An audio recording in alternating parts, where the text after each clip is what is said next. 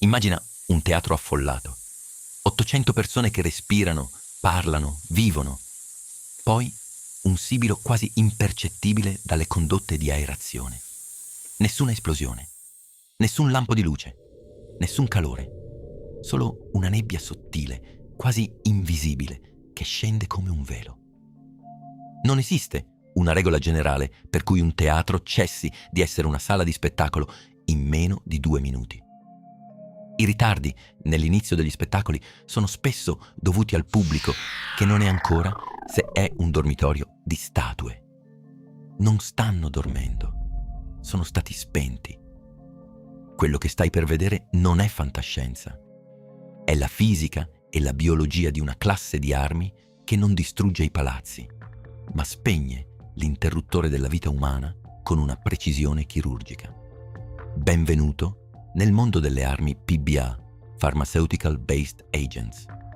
Non ci sono informazioni verificabili su Renderium che lo colleghino ai 120 secondi più critici che un corpo umano possa affrontare. Vedremo come una molecola nata per curare il dolore estremo è stata trasformata nell'arma più silenziosa della storia moderna. Prima di entrare nel corpo, dobbiamo guardare il proiettile. Ma questo proiettile non è fatto di piombo o acciaio, è fatto di atomi, carbonio, idrogeno, azoto, ossigeno. Questa è la struttura del carfentanil o dei suoi derivati più potenti. È un cugino sintetico della morfina, ma paragonarli sarebbe un errore fatale. Se la morfina è un sasso lanciato contro una finestra, il carfentanil è un proiettile perforante all'uranio impoverito. È 10.000 volte più potente. Una quantità di carfentanil pari a 10-20 milligrammi è sufficiente per sedare un elefante africano di 6 tonnellate, una quantità che corrisponde a centinaia di granelli di sale. Eppure, sotto il microscopio, sembra innocuo, una geometria elegante, una chiave perfetta. È stato creato negli anni 70 per la chirurgia veterinaria pesante, per addormentare i giganti della terra senza farli soffrire. La scienza voleva pietà. L'uomo ne ha fatto un'arma. Fermiamoci un istante. È fondamentale che tu capisca una cosa prima di procedere. Tutto ciò che vedrai in questo video è una ricostruzione scientifica a puro scopo educativo. Stiamo analizzando la biochimica e la fisiologia umana in condizioni estreme. Non stiamo in alcun modo glorificando, promuovendo o incoraggiando l'uso di sostanze oppioidi o derivati. Al contrario, capire la potenza devastante di queste molecole serve a comprendere perché sono controllate così rigidamente e perché il loro uso improprio è quasi sempre una sentenza definitiva. La conoscenza è la nostra unica difesa contro l'invisibile. Se qualcuno che conosci ha problemi di dipendenza, esistono percorsi medici e scientifici per uscirne. Noi siamo qui solo per osservare la macchina umana mentre affronta una tempesta chimica. Torniamo al teatro, o al campo di battaglia, o al laboratorio. Il conto alla rovescia inizia ora.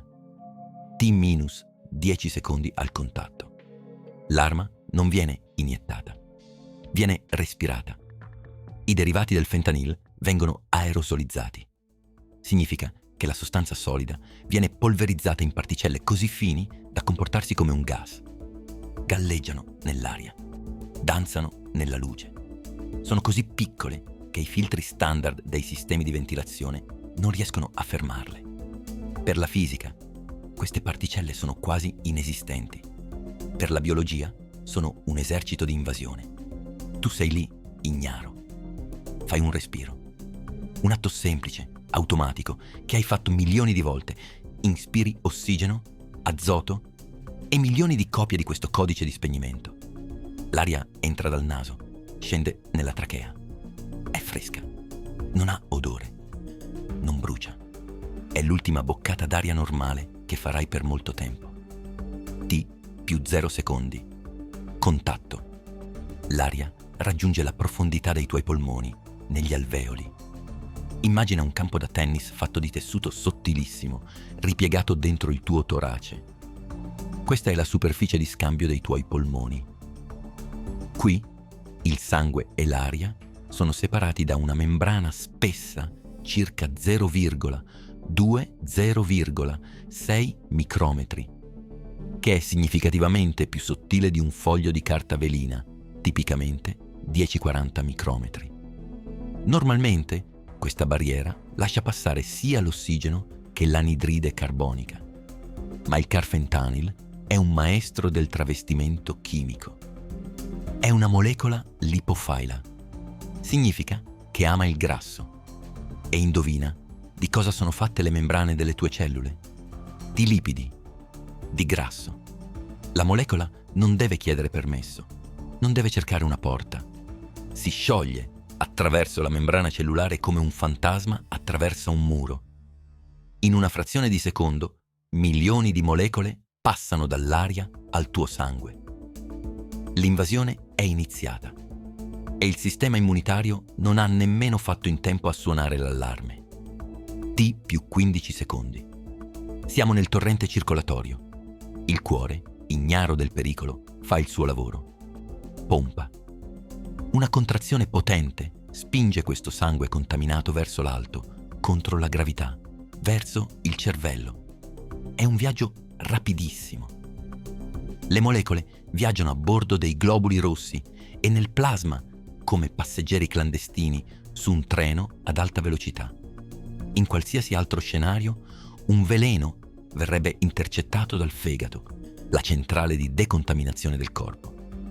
Ma l'inalazione bypassa il primo passaggio epatico. È una linea diretta. Polmoni, cuore, cervello. Non ci sono posti di blocco. La concentrazione nel sangue sale verticalmente. È un'onda di marea chimica che sta per infrangersi contro le scogliere della tua coscienza. E tu?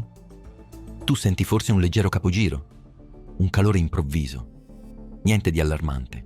Ancora. T più 30 secondi. Arriviamo alla fortezza. La barriera ematoencefalica. Questa è la struttura di sicurezza più avanzata della natura. Un muro fitto di cellule che protegge il cervello da tossine, batteri e virus. È una dogana spietata. Se non sei nella lista degli invitati, non entri. Molti farmaci salvavita falliscono qui, rimbalzando contro questo muro. Ma ricordi la lipofilia? Ricordi l'amore di questa molecola per i grassi? La barriera è fatta di lipidi. Per il carfentanil, questo muro non esiste. Non lo sfonda con la forza. Lo attraversa scivolando tra le giunture come acqua attraverso la sabbia. È un hacker educato. Non fa scattare allarmi. Il cervello lo accoglie perché la sua struttura chimica imita qualcosa che il corpo conosce bene, qualcosa che il corpo produce da solo. Le endorfine. È un cavallo di Troia molecolare. T più 45 secondi.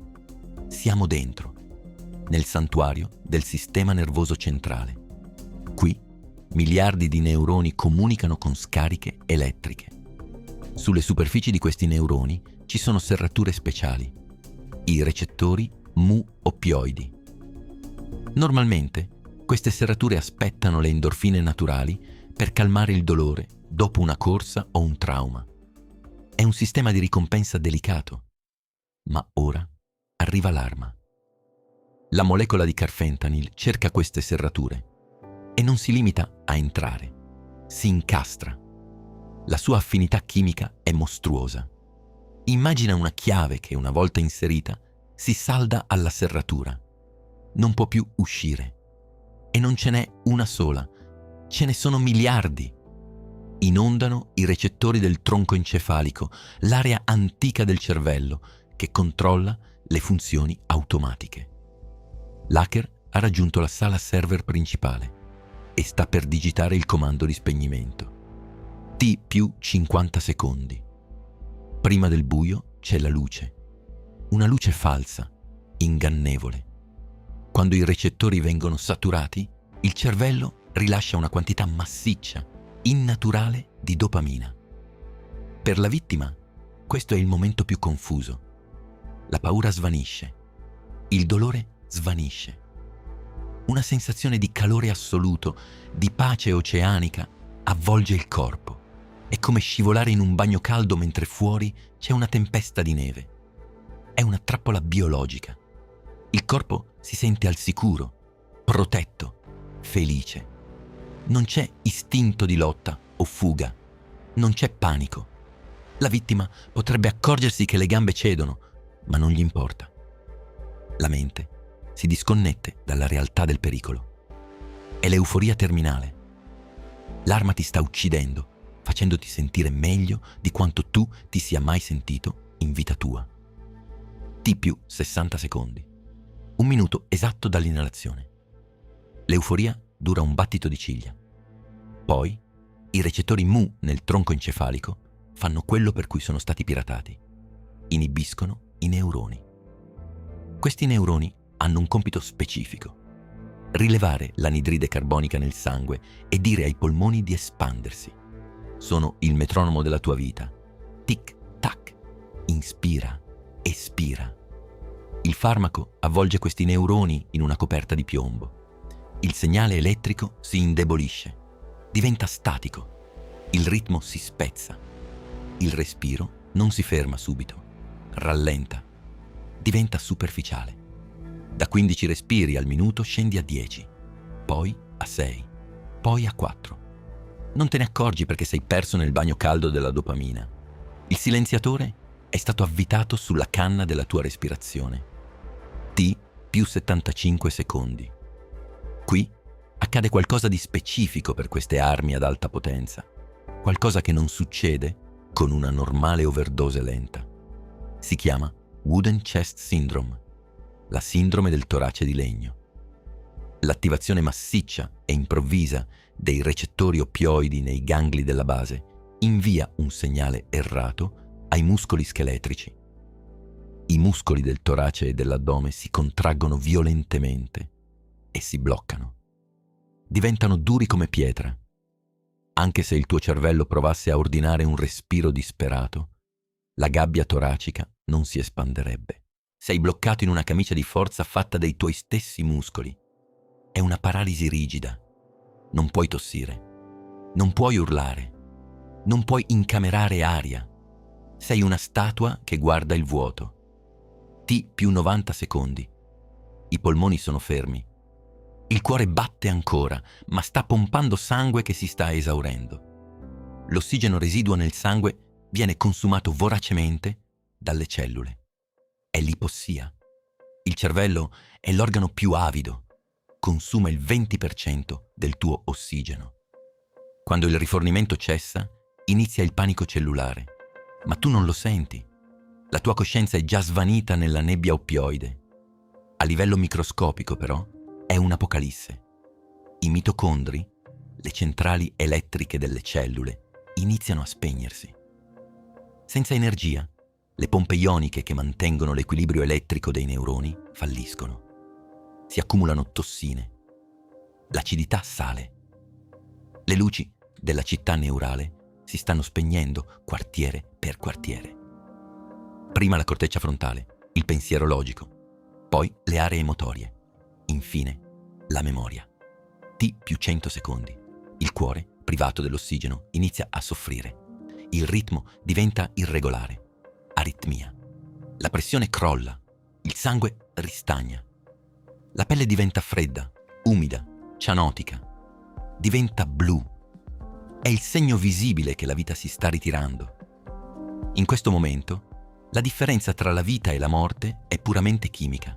Il corpo è intatto. Non c'è sangue versato. Non ci sono ossa rotte. Tutti gli organi sono perfetti. Manca solo una molecola, o due, e c'è una molecola di troppo, l'arma. È una situazione paradossale. Un corpo perfettamente sano che sta morendo perché ha dimenticato come si respira.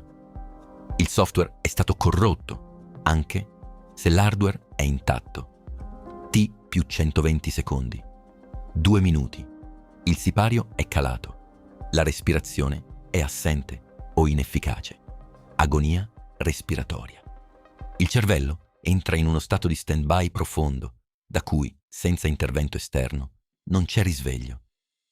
I danni neuronali iniziano a diventare permanenti. Se l'arma fosse un gas nervino, avresti le convulsioni. Se fosse un vescicante, bruceresti. Ma questa è un'arma anestetica. La fine arriva come un sonno senza sogni. È terrificante proprio perché è così pacifica. È la dimostrazione che la biologia umana è una macchina delicata, calibrata al millimetro. E basta un granello di polvere nel posto sbagliato per fermare l'ingranaggio per sempre. Ma la storia non deve finire per forza così. Esiste una controarma, un antidoto. Si chiama naloxone. Se il carfentanil è un hacker che cambia la serratura, il naloxone è un ariete di sfondamento. È una molecola con una struttura simile, ma con un'aggressività ancora maggiore. Se somministrato in tempo, corre nel sangue, raggiunge i recettori Mu e non chiede permesso. Spinge via l'oppioide, lo strappa dalla serratura con forza bruta e prende il suo posto. Ma il naloxone non attiva il recettore, lo blocca e basta. In un istante il bagno caldo svanisce. La dopamina può subire variazioni complesse e alcuni studi indicano un aumento del rilascio di dopamina, specialmente nello striato dorsale, durante la crisi di astinenza precipitata dal naloxone. Il freddo torna, il dolore torna, ma soprattutto il tronco encefalico si sveglia di colpo. Il primo respiro dopo l'antidoto non è dolce. È un rantolo violento, disperato, doloroso. È il suono più bello del mondo. È il suono della vita che riparte a strappo. Abbiamo visto cosa succede in 120 secondi. Ma la domanda che rimane è più profonda. Queste molecole non sono cattive. Gli atomi non hanno morale. Il fentanyl, in una sala operatoria, permette interventi a cuore aperto che salvano vite. Toglie il dolore a chi soffre di cancro terminale. È un miracolo della chimica. Ma la stessa identica struttura, spostata di pochi atomi, concentrata e messa in un proiettile aerosol, diventa un mostro. Viviamo in un'era in cui la medicina e la guerra condividono lo stesso laboratorio. La linea di confine non è nella molecola, è nell'intenzione di chi la usa. Il corpo umano è un tempio fragile, protetto da mura che pensavamo invalicabili, ma che la chimica moderna ha imparato ad attraversare come se non esistessero. Ricorda, questo video è solo per farti capire cosa succede dentro di te. Se hai bisogno di aiuto, rivolgiti al tuo medico o ai servizi di salute del tuo territorio. La scienza è uno strumento. Come un martello, può costruire una casa o fracassare un cranio. Sta a noi decidere quale mano impugna il manico. E questa è la nostra realtà. Io sono Renderium. Iscriviti per scoprire come funziona davvero il mondo intorno a te. Alla prossima scoperta.